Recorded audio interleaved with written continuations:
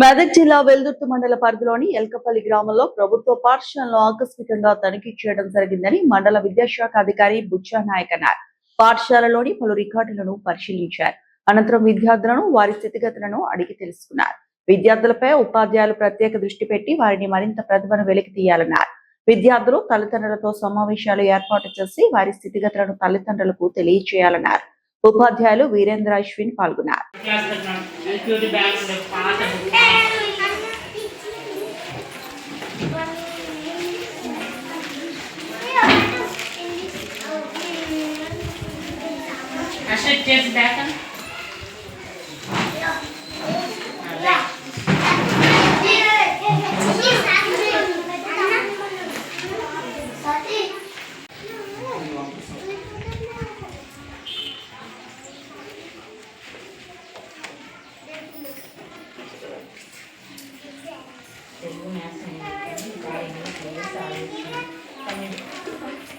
ఎందుకు వస్తున్నా సార్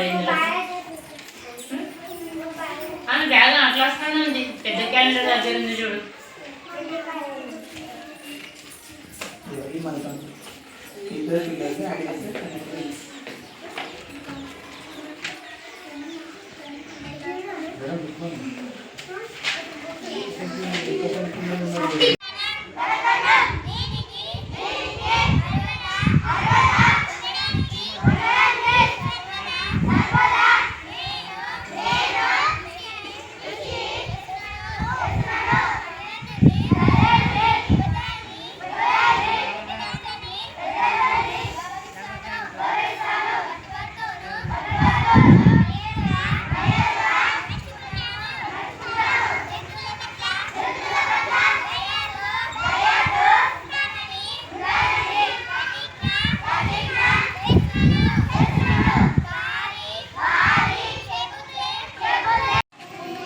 ఈరోజు వెల్దుర్తి మండలంలోని పాఠశాలను సందర్శించడం జరిగింది. అందులో భాగంగా రెమిడేషన్ క్లాసెస్ విద్యార్థులకు రెమిడేషన్ క్లాసెస్ నిర్వహించాలి. 3 రోజుల శిక్షణ కార్యక్రమంలో నేర్చుకుంటున్న అంశాలన్నీ కూడా ప్రతి ఉపాధ్యాయుడు పాఠశాలలో కూడా ఇంప్లిమెంటేషన్ చేయాలి.